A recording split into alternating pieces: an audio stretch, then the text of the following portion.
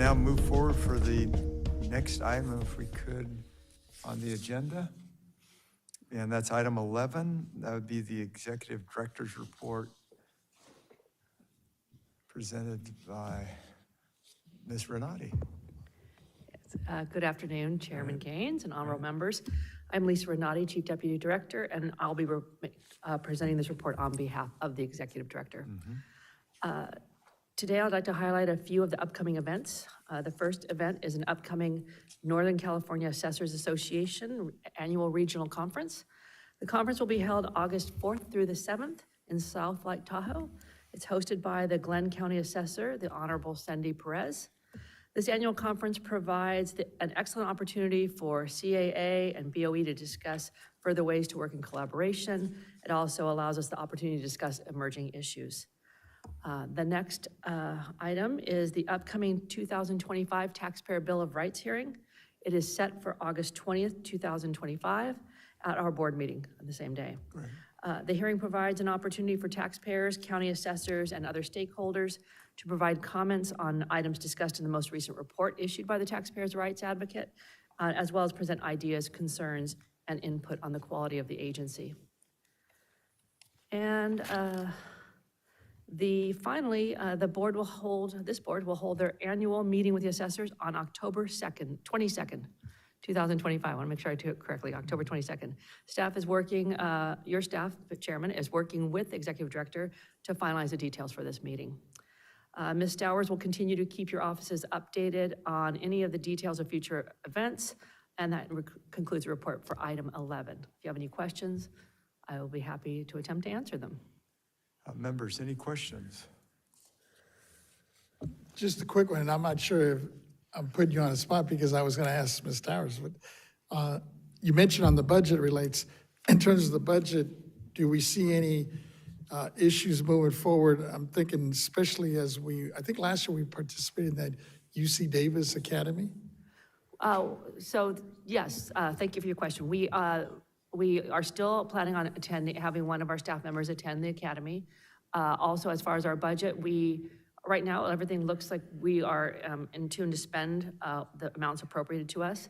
And for next year, we'll continue to do so, to look at every expense. We are following budget letter from the governor that says we have to make sure everything's mission critical.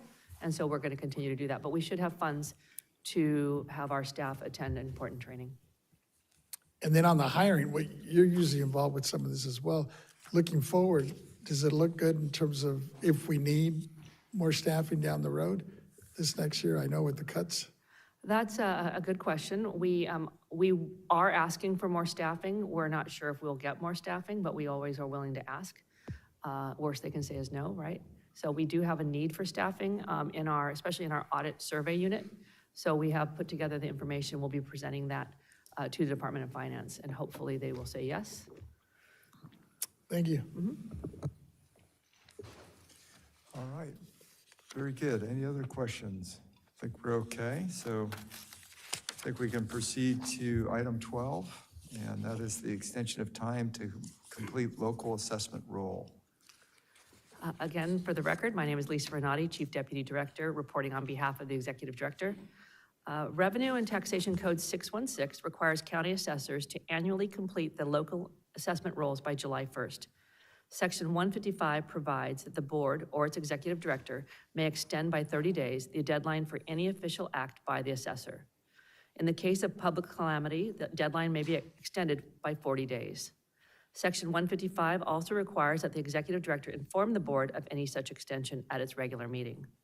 This report is to inform you that the Humboldt, Plumas, and Tulare County assessors have requested and have been granted a 30-day extension to complete their 2025 local assessment roll.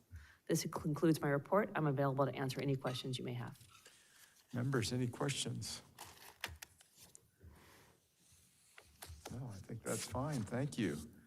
I'll now move forward to item 13, Operational Priorities Report presented by Ms. Renati. Good morning again. Good afternoon again. So today I'll report on some of the agency's strategic efforts. A core goal of our 5-year strategic plan for the agency has been developing and strengthening BOE's workforce.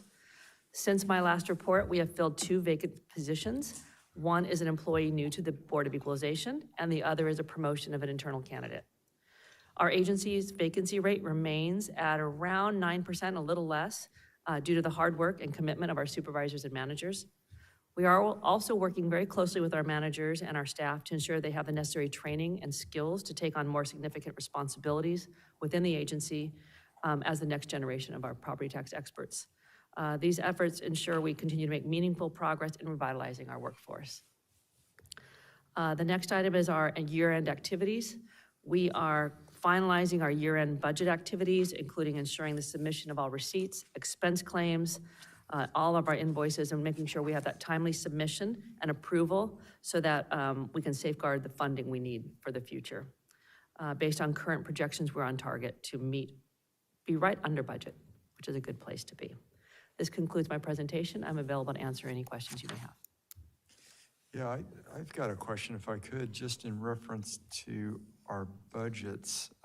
If we look back historically, since we served in this capacity, I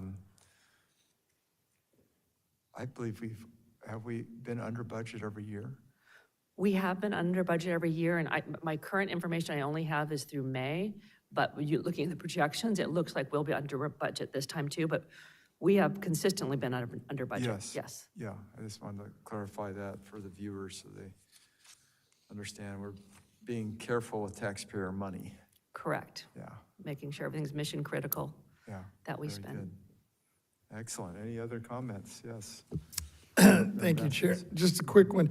In April, I know you discussed the progress being made with the classification project, and understand that the long-term project, but do you have any idea how long it may take to redo, some of those minimum classifications for the folks? I guess it was the auditors and appraisals. Correct. So thank you for your question. We currently are recruiting for the tax auditor. We got the permission to use the tax auditor classification temporarily, and we are recruiting for those positions as we speak. So hopefully we have 3 of those positions. Hopefully we'll fill those soon. At the same time, we're working on the classification project. We are anticipating this fall having the first step completed. Hopefully we'll also at the same time get approval from CalHR. Once we have that done, we'll then have to get on the SPB calendar, State Personnel Board, get on their calendar and have those changes made permanently. So we're on track. Hopefully by 2026, I'll have good news, but we're moving right along on that project. Thank you. All right. Members will move forward then onto item 14, and that would be the Taxpayer Rights Advocate Office's report presented by Ms. Thompson.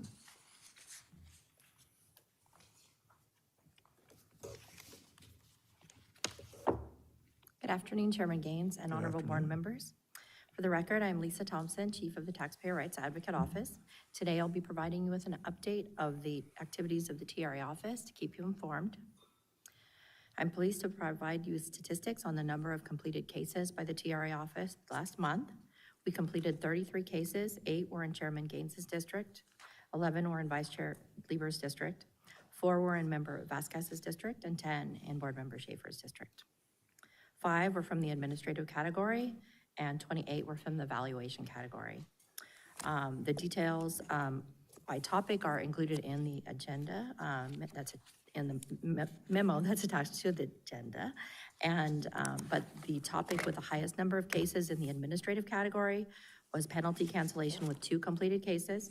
And for the valuation category, the highest number of completed cases was exclusions from reassessment with 11, followed by change in ownership with 6.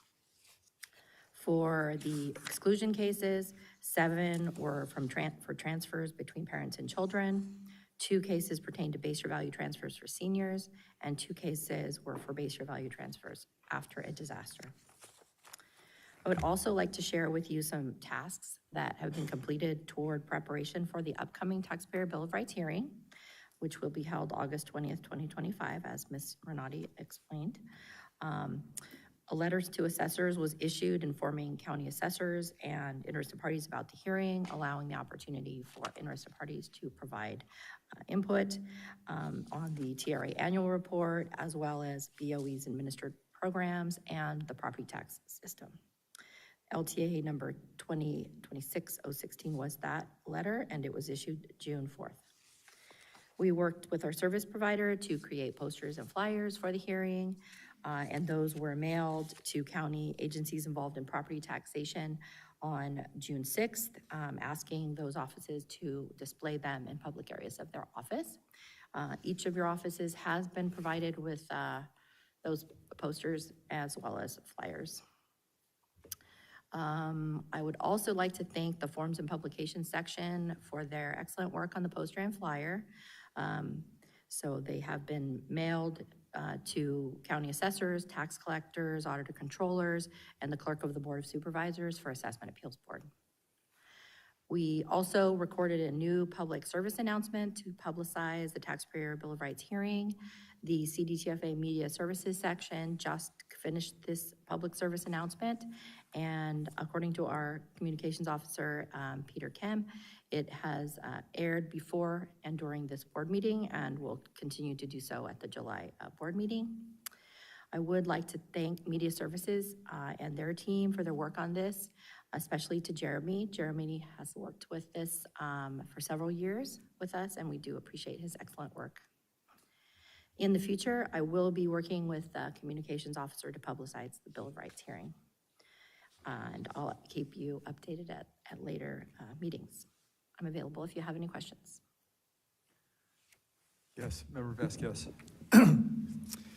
Thank you, Ms. Thompson, for your report. I always look forward to your report because you know exactly what some of these issues that we're encountering as we move forward with some of these new areas. But I see a change in ownership, I guess it was 6 cases you mentioned, and in exclusions, 11 cases. Are the 2 top issues in the report? Can you tell us what were some of these, or I guess in these cases, do we see it decreasing or increasing from year to year? They kind of vary. So in our annual report, we actually array percentages by topic areas, so that is identified. But I think they vary. I mean, we do traditionally have had, even prior to Proposition 19, exclusion cases amongst parents and children and grandparents and base year value transfers. But they're just kind of different because the laws have changed. So yeah, and change in ownership, we always have change in ownership issues because that kind of centers around, you know, people are reassessed for various reasons. Generally, I mean, it's typical if you purchase a house, that's obvious.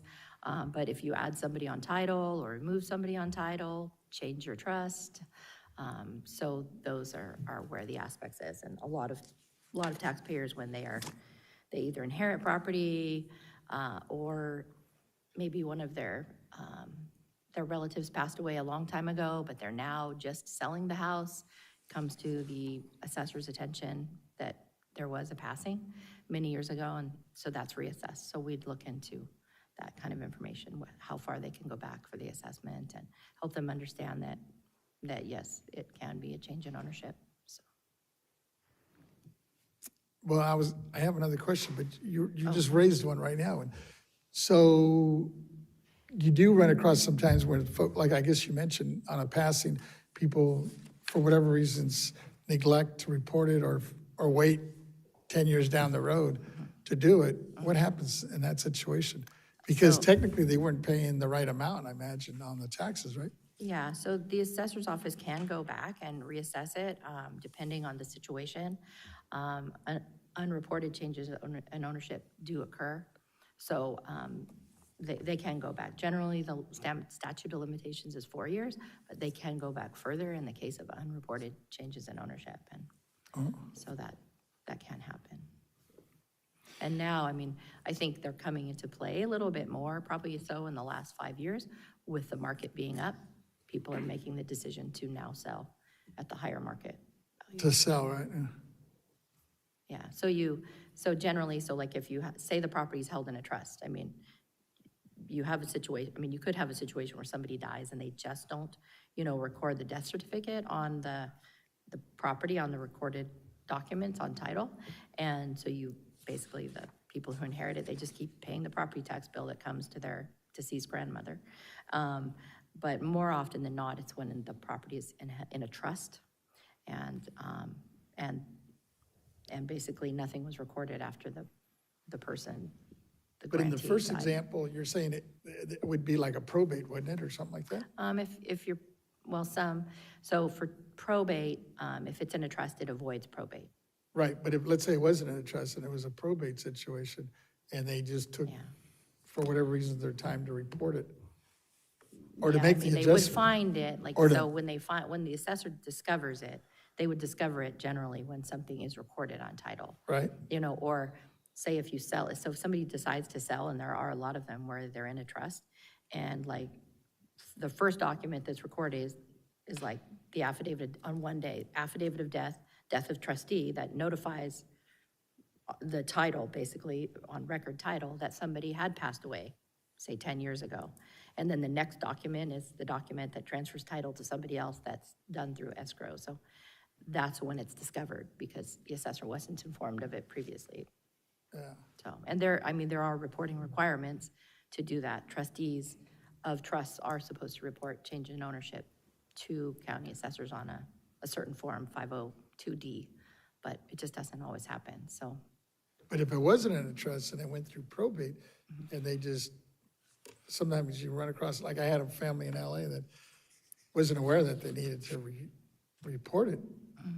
And they were leaving it alone. I said, you can't, nobody owns it technically, right? Until Yeah, you go geez. through the whole process. Exactly, yeah, decedent can't own property, but in some situations, depending on the timing, where we've been kind of, at least, providing good information to them where they can still benefit from it, is if it's pre-Prop 13, and we're still finding these situations that come about, they have a time period that they can actually file a parent-child exclusion following the assessor's notice. So when the assessor is going to reassess property for a change in ownership, they're required to issue a notice informing the taxpayer. And so it's referred to as a notice of supplemental assessment and escape assessment.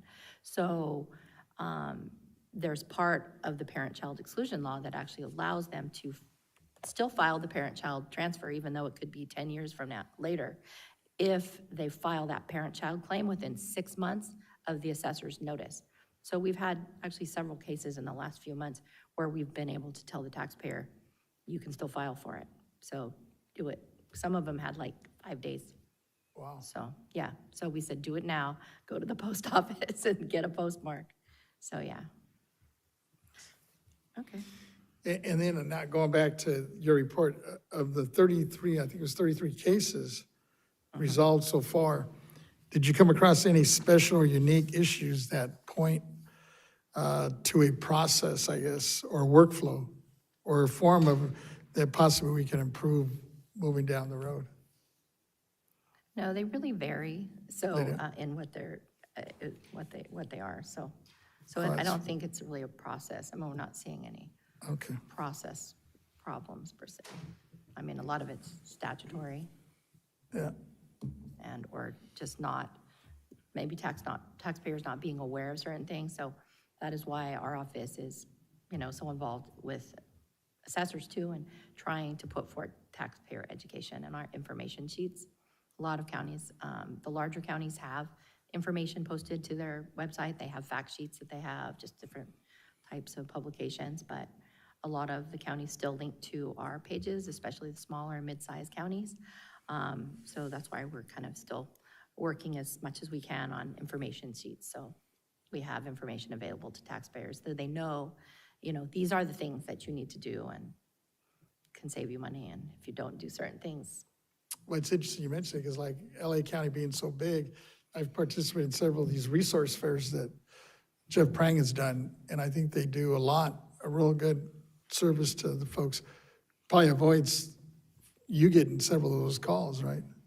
For LA County, yes. I mean, so they've done a lot of outreach work and different, Right. town hall meetings and Exactly. webinars and stuff over the last couple of years, and especially after the disaster. So we did get a few calls initially out of some taxpayers in Los Angeles, but LA was pretty fast at getting some information out to all of their affected people, unfortunately, that were affected by the fire. So, so that, certainly helps. Okay. Thank you. Great. Very well. Yeah, thank you, Ms. Thompson. Appreciate your report. Okay, thank you. Move on now to item 15, and that's the Property Tax Deputy Director's report. Dave Young. Thank you. Good afternoon, Chairman Gaines, honorable members of the board. For the record, my name is David Young, Deputy Director of the Property Tax Department. For you this afternoon, I have 3 reports. The first 2 are letters to assessors and update on our training and certification program by Ms. Keach. I will follow that up with a report on what's going on with the State Assessed Properties Division after she's done. So if you're ready, I'll have her give you the first 2. Sure. Right. Good afternoon, Chairman Gaines and honorable board members. I am Lauren Keach, Chief of the County Assessed Properties Division. Today, I'll provide a brief report on letters to assessors. Attached to this month's agenda is a memo on letters to assessors, which provides a list of the LTAs issued since the last board meeting, and a link to the BOE's website where a list of all LTAs issued to date can be found. As of the date of the attached memo, BOE staff has issued a total of 16 LTAs for calendar year 2025, and 5 since the report at the board meeting in April. Those 5 LTAs are summarized as follows. An LTA to announce updates to Publication 29, California Property Tax and Overview. An LTA to issue the 2023 Salary and Benefits Survey Report. An LTA to report the disabled veterans exemption increases for 2026. And an LTA for the Taxpayers' Rights Advocate Office to publish updated information sheets on property tax savings, Proposition 19, intergenerational transfer exclusions. And finally, an LTA to announce the 2025 Taxpayers' Bill of Rights hearing. This concludes my report on letters to assessors. I'm available to answer any questions you may have. Questions? Yeah, Member Vasquez. Just real quick, thank you, Chair. And thank you, Ms. Keach, for your report. For Prop 19, the information sheets that you have, I really appreciate the use of the simple, non-technical terms for taxpayers. And I'm just wondering, are we also providing that in other languages too? Is this for the Taxpayers' Rights Advocates Office? Yes. Ms. Thompson, would you know the answer to that? Apologies, I don't have that Oh, I'm answer sorry, for I you. So yeah, when we update or issue new information sheets, we actually issue an LTA. So the Property Tax Department distributes that information to assessor's office, so they're aware of it. There are several of those information sheets that are available in other languages. I don't remember all of them. Peter knows what they are. I know they're Spanish for sure on there. So they do that. Thank you. But in your area, Ms. Keach, in your report, I noticed you use pretty good, simple language to make it easier for people to follow. Is that also tied into what what Ms. Thompson was talking about too? I would say yes. I mean, especially the goal of the information sheets is to know their audience. So somebody that might not be familiar with property tax so that they can digest the information and, fully understand what is being reported in those information sheets. But as far as the LTA report, this covers all LTAs issued by the agencies. So those information sheets happen to be one of them included in this memo and this report. Does that answer your question? Thank you. Okay, I'm thank good. you. Great, excellent. And Okay. now you've got a second report, is that correct? Yes. If you're ready, I'll Yeah, now please. provide a brief report on the Thank you. BOE's appraisal training and certification program. For the 2024-25 fiscal year, BOE staff scheduled 32 classes and 3 webinars, which have all been completed successfully. In addition, 8 classes were instructed using instructors from county assessors' offices.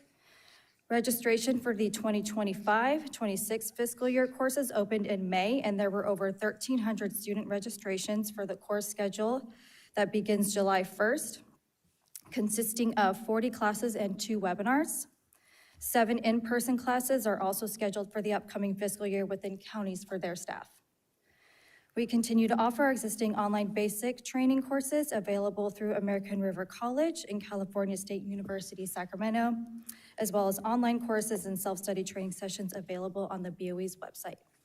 This concludes my report on training and certification. I'm available to answer any questions you may have. Yeah, I have a question. yes, please. So we're right at the end of the fiscal year, so we had 32 classes. Do you know the total number of students? I do. We had 984 for the 2024-25 fiscal year. And 984, if you can break that down for me, how much were beginner type classes and how many more were the advanced students? If you don't have that now, that's okay.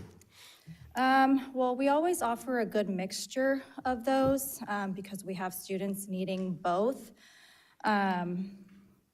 So, you know, our beginner classes, I would say, Maybe we're all, 80%, 90% of the 984 is beginners? I would say more to 60% to 40% beginner classes, but, you know, we do have the lump of them that complete those beginner classes within a fiscal year and are ready to move on to some of the more advanced classes. So we typically see full occupancy in all of those classes across the range. Got it. And then statewide, is there any other agency or even private educational programs that offer this type of classes or even on this type of level, scale? There are others. Appraisal Institute is one of them, and they can take courses through American River College. We have Course 310 and Course 311 that mirror some of the courses that we offer. So there are other options for them, but you know, we continue to fulfill our duty of offering a wide variety of courses and making sure that they have courses available to them through us.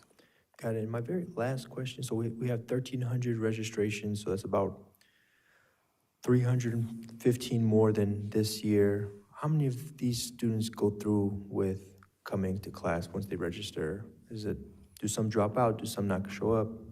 We do see fluctuations. We did something a little different this year, so we offered the full schedule for registration at once. Typically, we do it at 3 different times, but we've seen some bottlenecks with getting into classes that way. So we're hoping to stick with this higher number. We are also offering the most number of classes that we have with 40, so that's a record for us. And, you know, the virtual has made that really possible. So we have about 16 of those classes that are full so far, and about 25 that still have spaces available. So we could see some drop from the full classes and take a class later on, so they have a lot more flexibility that way. So it'll be interesting to see how that number shakes out, but I would not be surprised if it remains around that count, if not more. Very impressive. Thank you for your Thank hard you. work. Right. Yeah, thank you, Ms. Keach, appreciate it. Okay, thank you. And next would be Jack McCool. Good afternoon again. It's David Young, the Deputy Director. I'm pinch hitting for Mr. McCool. Yes, He's indisposed for today. I just wanted to add on just a little bit. Ms. Keach is being very modest. We're offering 40 classes this coming year. At one point, we were offering only into the teens of classes. So we more than doubled our offerings. And of those 1,300 that have enrolled, we've not only offered more number of classes, but we've also expanded the number of students that are able to be, that we can fit into our classes. It's part of it is there has been overall in the assessor community, they've actually hired a new bunch of folks. So there is a larger demand for classes. And part of it is just that we have now, COVID forced it upon us, but we've kind of worked out to our advantage. Much of our classes now are given remotely.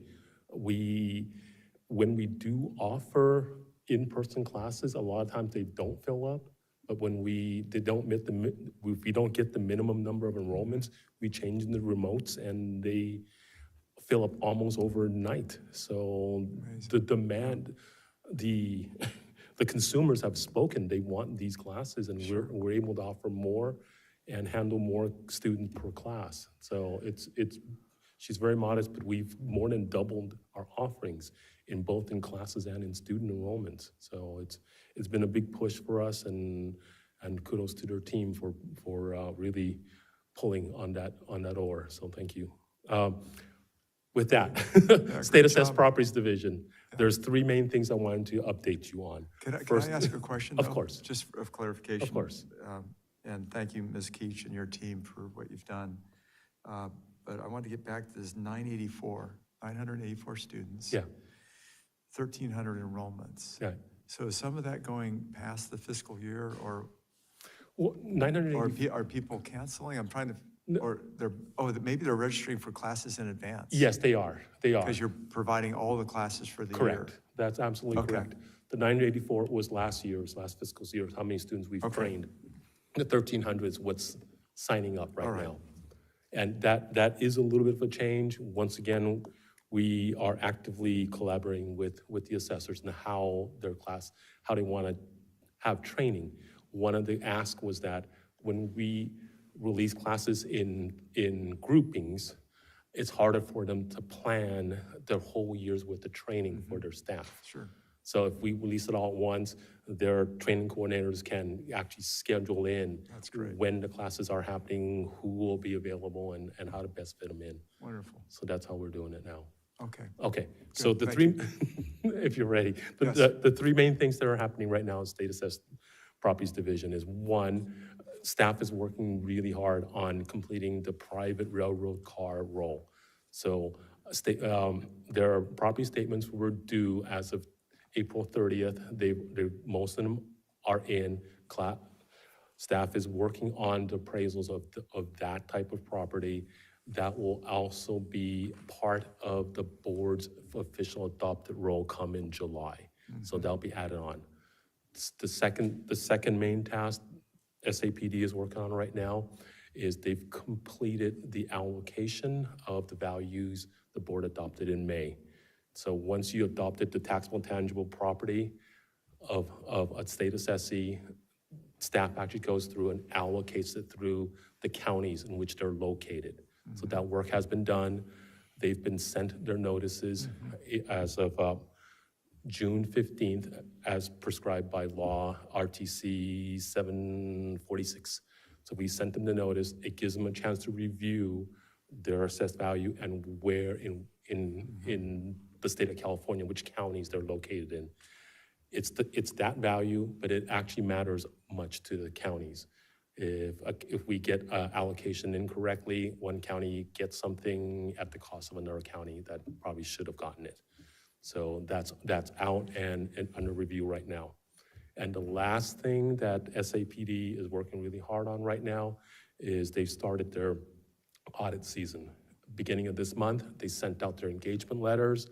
It told the state assessees that we need to look at some of their financial records and their accounting records in order to make sure that the documents that we depended on in order to do their valuation is correct and complete. So in the next couple of months, staff will be collecting that data, traveling out to see assessees, working on the actual audit and having them go through multiple layers of review. When all that is done, if there is an audit finding, either an escape or an overassessment, of course, that will come before the board for your consideration and action. So that is the three main things I wanted to convey to the board this afternoon. I'm available for any questions you may have. So, Mr. Chairman, I do have a question. Sure. When we talk about engagement letters, are these sent at random, or are you going through some type of list? And is there the last question on that is there times where an assessee may refuse an audit or contest and say, hey, you're not welcome? Oh, okay. Well, let me tackle the first one first. So our audit selection, I can talk about it in general. Typically, there's two components. If there is something that would cause us to think that perhaps their filings were incomplete or inaccurate, they may be flagged. And there's also just a random draw. So there's two of those components. So they're not all the our assessees, but we may pick an industry where we may draw from randomly from them a little bit more, or like I said, there may be a reason why they're flagged. So in general, we have not had anybody refuse an audit. We've had assessees tell us that this may not be an opportune moment. Can we do it? Can we defer it to another time? Move the date back and forth a little bit, but so far we have yet to have somebody actually refuse and say, you're not welcome, don't come. Understood. My last question, how much staff do you send, and does it depend on the size of the state assessee? Yes, absolutely. So we have very, very large assessees that we may send a team of 3 or 4, and then we have smaller assessees where a single auditor can handle the audit. And that's typically like a 2-3 day visit, 1 to 2 days? It used to be much longer, but now that we collect a lot of our documentation remotely, we either gain access or they send it to us electronically, it has cut down on travel and how many days we're out. Typically, it's no more than a week, unless there's a real issue. But typically, it's no more than a week. Understood. Thank you. Of course. I just had a question for non-state assessed properties. Yes. We've had the fires in LA. So do we have a sense of how we're lagging in revenue? I guess that would be on a per county basis. Yeah. I know it was a big hit for Palisades, but I'm wondering what's happening statewide. Are revenues up statewide? I can only speak to the property tax revenues. I think that right now may actually be just a tad bit early to tell. Okay. The assessors, the LA fires happened this year. They're just about closing their rolls right now. So unless you got an extension, the rolls will probably be closed within 2 weeks, July 1. Mm-hmm. So once that happens, we'll have a much better indication as to how the roll moved up or down. So the two biggest predictors of how a roll moves or how much it moves is actually sales activities and new construction. So that usually moves it up, but in this case, disaster relief would move it down because you're taking money off of the roll, taking value That's off right. of the roll. Yeah. Yeah. So that's it'll be, something that you could report to us? Usually by the end part of July, beginning part of August, most of even the folks that have extensions will have the counties that have extensions on turning in the roll should have a good sense of where their role is, whether it's been an increase or a decrease from last year. So I will look forward to getting those numbers, and when we can, we'll share them. I think that'd be interesting to know what's happening in LA. Yeah, Right? But, yeah. and also statewide. And Because maybe statewide, there's some growth occurring even in LA County, right, with maybe new construction. yeah. Does it offset it or not? It's always those three interplays, whether the market goes up or down, Right. how many people actually buy and sell there's been a general slowdown in sales because of the rise in interest rates. So there's a couple of big pluses and a couple of big minuses. So when things don't turn over, the reassessment doesn't happen quite as often, and that's usually what drives a county roll up or down is how many times it gets reassessed, because Prop 13 keeps your base relatively low. So, Right. yeah, and then we have the reductions from, of course, It should be around 2%. it should be 2% this year. Yeah, If it's not selling. yeah. And, So, being resold. yeah. Yeah, okay. Very good. Any others? Yes. Member One Vasquez? quick one. Yes. You mentioned that Ms. Keach is doing a real bang-up job with all the extra classes. Yeah. Do you see that you think it might be a problem with the budget next year? I Because there's think a cost involved, I'm sure. there's definitely a cost involved. We have our instructors, our staff, they're working at full capacity right now. So it's been through just hard work that we've actually been able to offer more number of classes. But with it going up, we've actually increased the number of enrollees per class too. So we're I'm not saying we're at the limit, but we're not too far from the limit of what we're doing, and we're squeezing every bit of efficiency in that program right now. So in terms of the forecast for the following year, you don't see that as a problem possibly? As our demand for classes kind of waxes and wanes a little, so as assessors in general hire more folks, in the beginning, they're required to take a class in order to prepare them to be certified, and that's usually a pretty long class. It's a full week, and when you're initially certified, you require 24 continuing educational hours per year. But as you move up and you're certified as advanced, that requirement cuts down to half. It's 12. Okay. So there's a huge bulge now.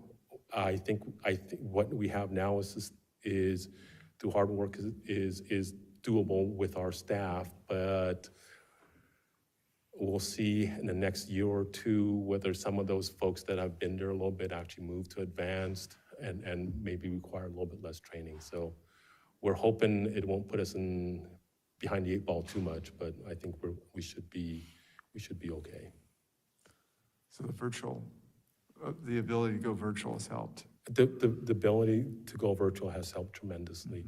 It took a little bit of time for us to figure out how to do it, and more importantly, it took a little bit of time for the consumers to say, hey, yeah, we actually like that. It actually works for us well. Not only are we able to offer it to more folks, but it also saves them on the budget and travel and their time away from the office too. Good. Okay. That's great. Wonderful. Thank you. Thank you, Okay. Mr. Young. Okay. Yeah. Okay, we'll now move on to item 16, Legislative Research and Statistics Division Chief's Report. Mr. Angelo, how are you? Good. Good. Good afternoon, Chairman Gaines and members. Ted Angelo, Legislative Director and Chief of the Legislative Research and Statistics Division. I know I'm usually last and fatigue has set in, so I've talked about pretty much every bill that I send out to you on a weekly basis. I've kind of gone into at some point during the board meetings this year, so I'm not going to go into a number of them today. I have heard a few comments by Executive Director Stowers responding to some questions, so I thought I would focus some of my comments. I'm going to do some notes and notables, and then I'm just going to do a real quick overview of a couple of items that have been touched on today. And again, all analyses are available to you and updated and posted on the website as soon as they're available, as well as the weekly reports. The House of Origin deadline in the legislature was June 6th, where a number of the proposals that got held on suspense, those that didn't get held on suspense crossed over.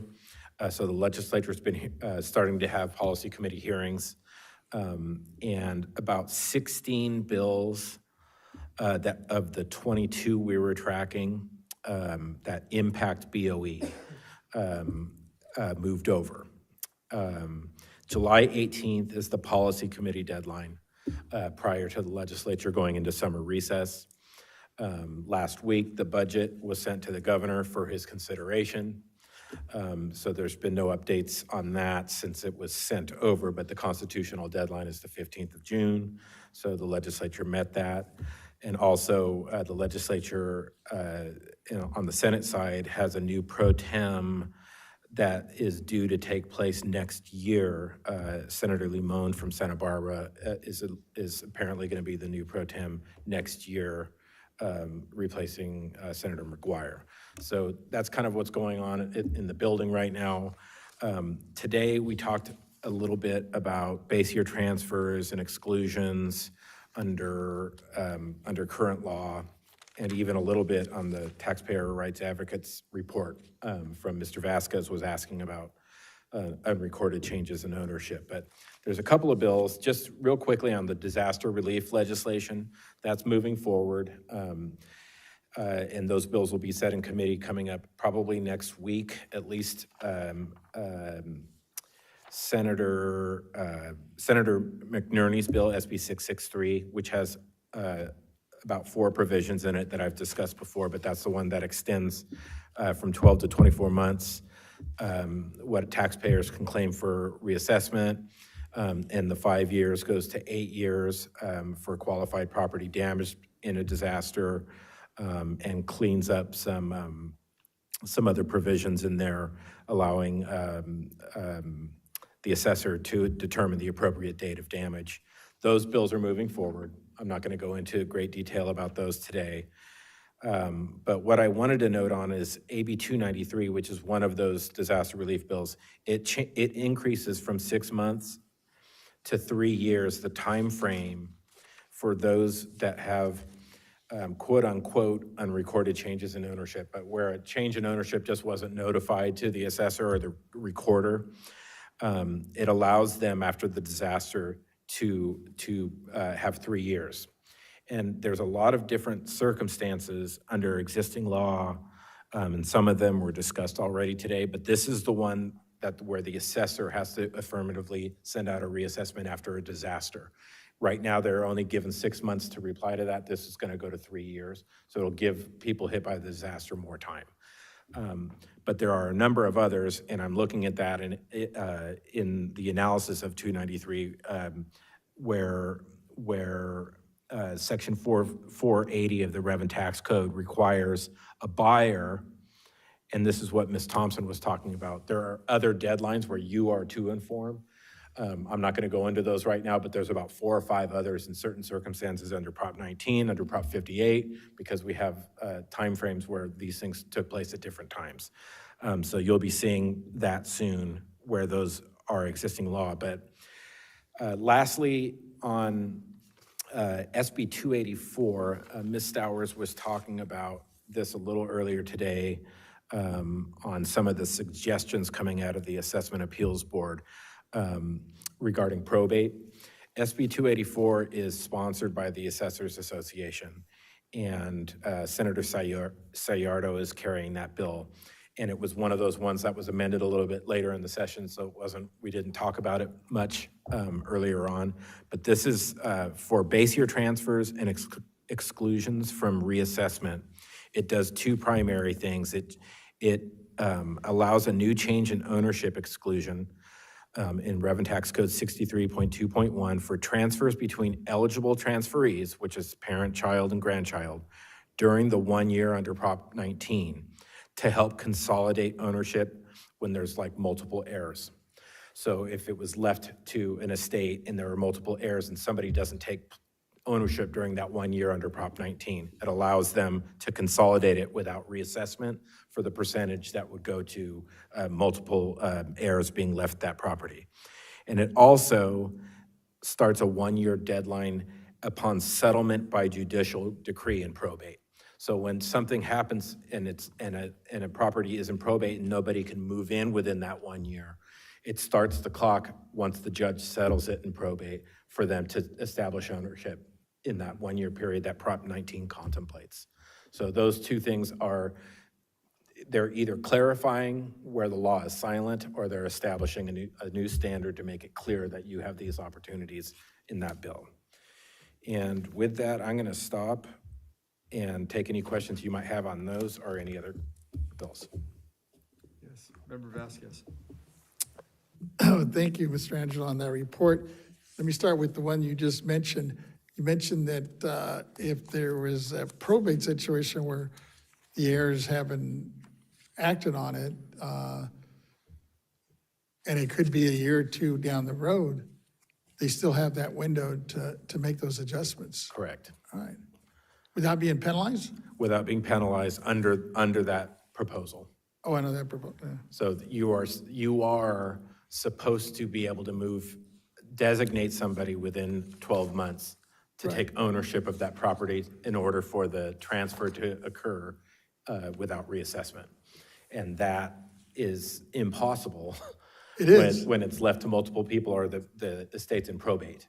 So right now, they're trying to resolve that problem. That was not, it wasn't contemplated under the implementation prior, either by legislation or in Prop 19 itself.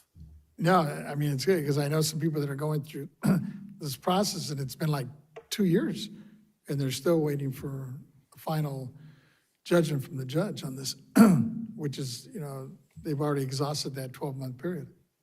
Right. Going back, I know you mentioned several of these bills, and I understand that Assemblymember Wicks had been leading the charge on a number of housing bills that aimed at the fast tracking, permitting, and streamlining for development. When multiple bills are described as or considered to be part of a package, are they considered all together, or does that get kind of broken up at some point? They described those as a package of, I think it was 22 bills back in March that Right. I think either the Senate or a joint press release was sent out.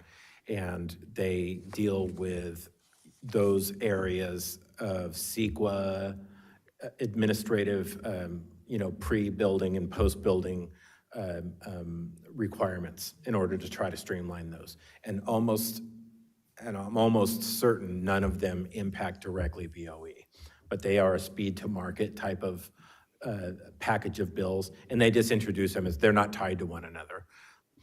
In technical terms, they use language like that. That's called double joining language, where one bill will not become law unless another one is also signed. When they do a package like that, they're just saying, hey, we have 22 bills that are going to make this process better, and maybe only 10 of them make it. So they're not tied to one another, if that's your question. That was part of it, and then I think you kind of hit the other one. So you're saying at the end of the day, those, especially the Wicks bills, he's got several of them.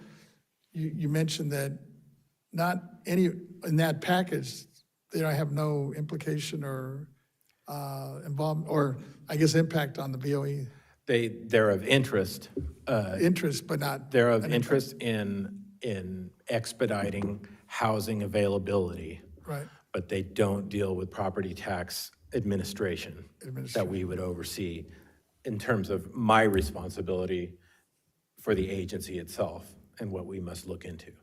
But they are of interest, and we are looking at them, but there are so many of them, and they are outside of our general scope, and a lot of them are at local level capabilities, what they can and can do pre and post building, that don't go into anything that we would be dealing with directly. And you mentioned there are several bills that were moved into the suspense file. At the end of the day, what happens to those? Do those roll into 2-year bills, or do they die?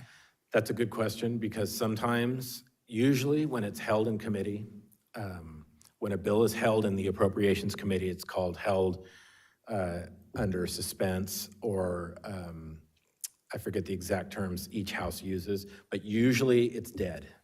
But this year, there were some conversations by the Senate chair saying that some of those were going to be deemed 2-year bills. And I may have talked about this last month, but there's a process in Policy Committee where if a bill doesn't get out, they grant it reconsideration. So the bill failed passage either with not enough votes or it was voted down. And reconsideration granted means it's still alive if they want to amend the bill and it can get a rule waiver for deadlines. I believe that's what the Senate and the Assembly fiscal committees were doing. So I can't give you a definitive answer today. I do know at a minimum, they're 2-year bills. And if they are dead, they could be reintroduced next year, even though there's a lower bill introduction limit over the past couple of years that they've been working on, so.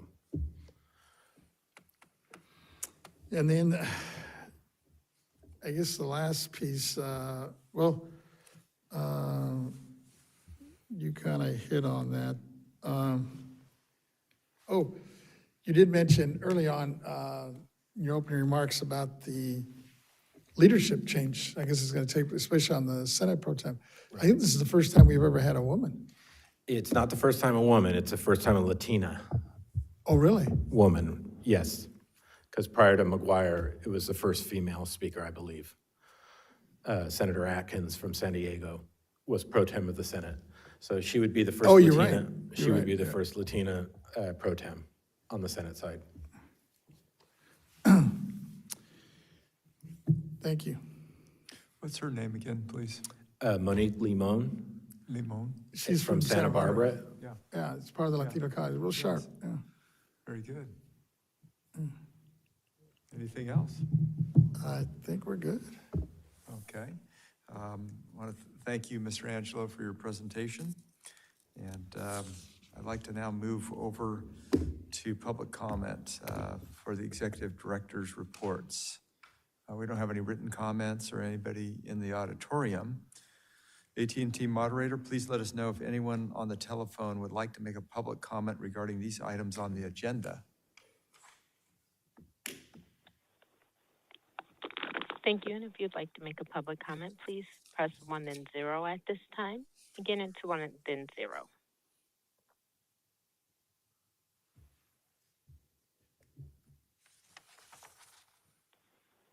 And at this time, there's no one in queue. Okay, thank you, moderator.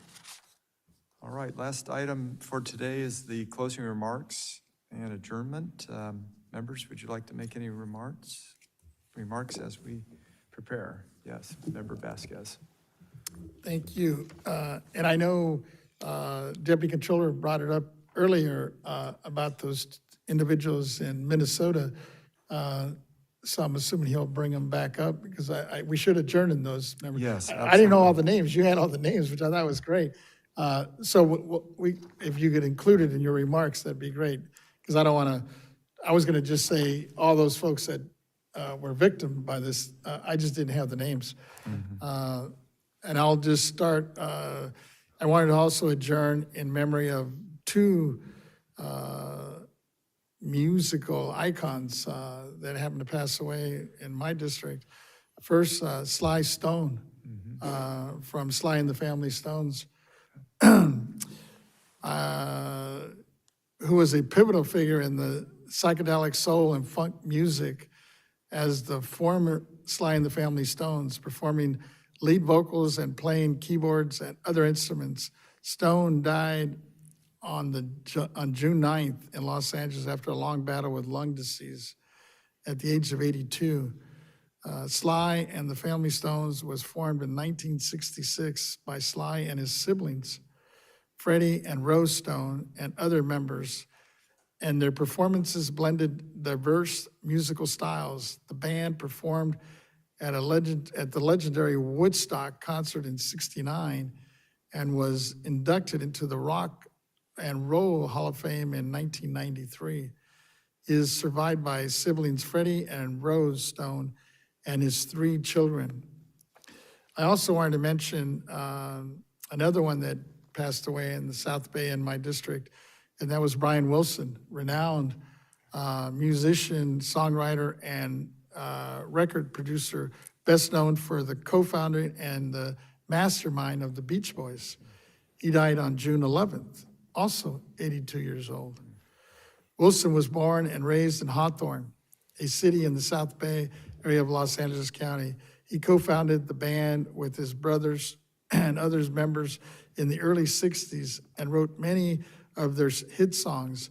He has been recognized as the most innovative and influential songwriter of the 20th century. And he was inducted into the Songwriters Hall of Fame in 2000, and then the Rock and Roll Hall of Fame in 1988. Brian Wilson was survived by his 2 daughters, 6 grandchildren, and 5 adopted children. So if we could adjourn in their honor, that'd be great. Fantastic. I mean, he did such a great job with the Beach Boys. I know we all listened to him over the years. Absolutely.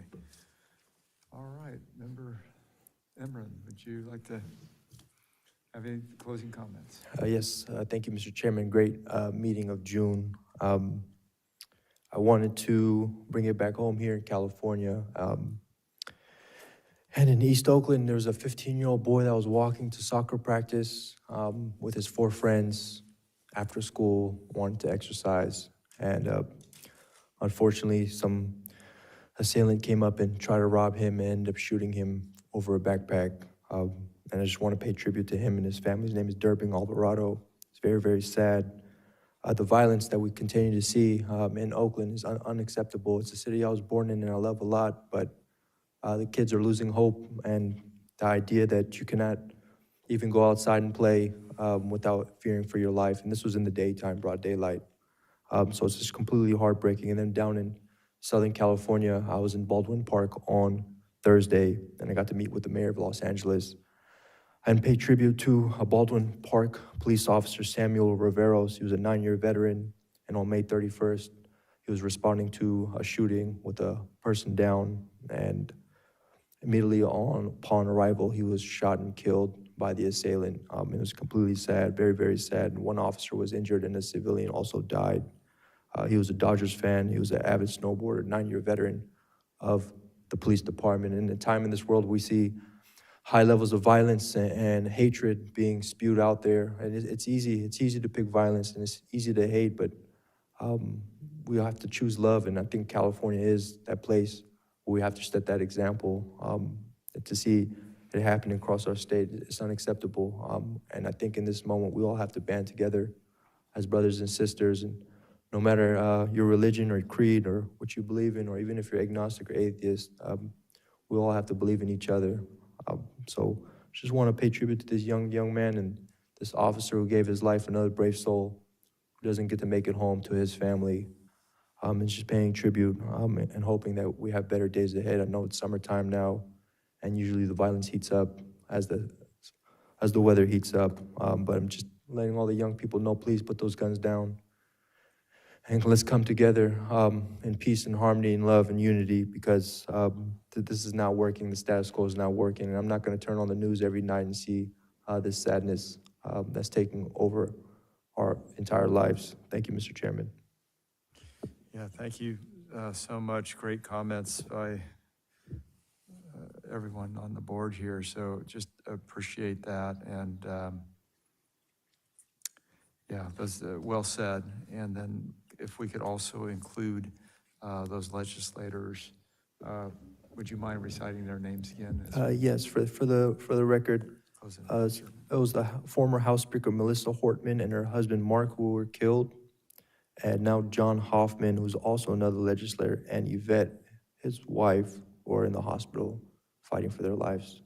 May they have a speedy recovery, and prayers up. Yeah, so our prayers are with all these individuals and their families, and just pray for civility and peace in the future, challenging times. And so on that note, we will adjourn, and the time is 3:07 p.m. Our next board meeting will be July 29th at 10 a.m. at the May Lee State Office Complex here in Sacramento. Thank you.